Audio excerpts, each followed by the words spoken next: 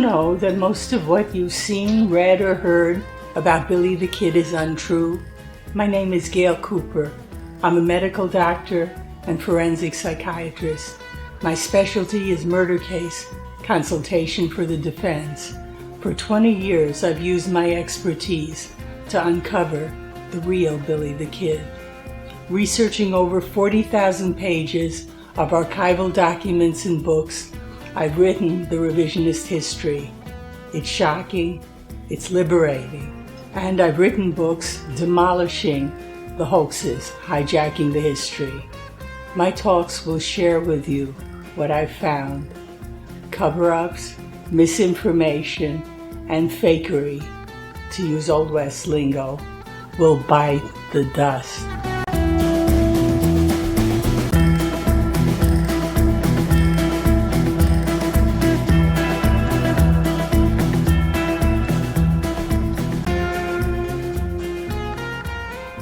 This talk exposes fakery in the appendix of Brushy Bill Roberts' 1955 hoax book, alias Billy the Kid. The information is from my book, Cracking the Billy the Kid Imposter Hoax of Brushy Bill Roberts.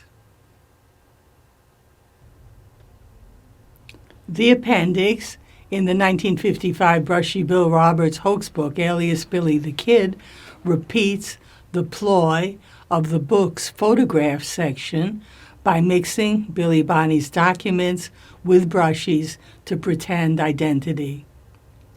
Billy's documents also reveal more hoax sources: Lew Wallace's amnesty proclamation, Billy's change of venue, documents on Billy's Messiah trial, Governor Wallace's death warrant, the translation of Billy's coroner's jury report, Wallace's reward offer, and Pat Garrett's reward request. Present also were letters to Morrison from incorrect New Mexico district courts denying possession of the coroner's jury report, and the 5 fake affidavits in full claiming Brushy was Billy. See Talk 72 link below for debunking those affidavits. The book ends with Sonishin's last special knowledge trick by quoting from Brushy's June 16, 1949 taped Morrison interview in Hamilton, Texas. In reality, it proves Brushy's, Sonishin's, and Morrison's ignorance, since it's all fatal errors. Brushy said, "Jesse," misspelled, "Evans knew that Garrett didn't kill the kid." In reality, Brushy made the same third-person mistake in his failed pardon hearing with Governor T.J. Mayberry by saying he for Billy instead of me. Further reality is that outlaw Jesse Evans wouldn't have known specifics of Billy's killing. That 1881, he was in jail in Huntsville, Texas, and had not been in New Mexico territory since his March 1879 escape from his Fort Stanton incarceration for being an accessory to the murder of Houston Chapman. Brushy said, "Jim East, I knew him too. He was a friend of mine." In reality, Jim East was a Pat Garrett posseman hunting down Billy and was at his Stinking Springs capture.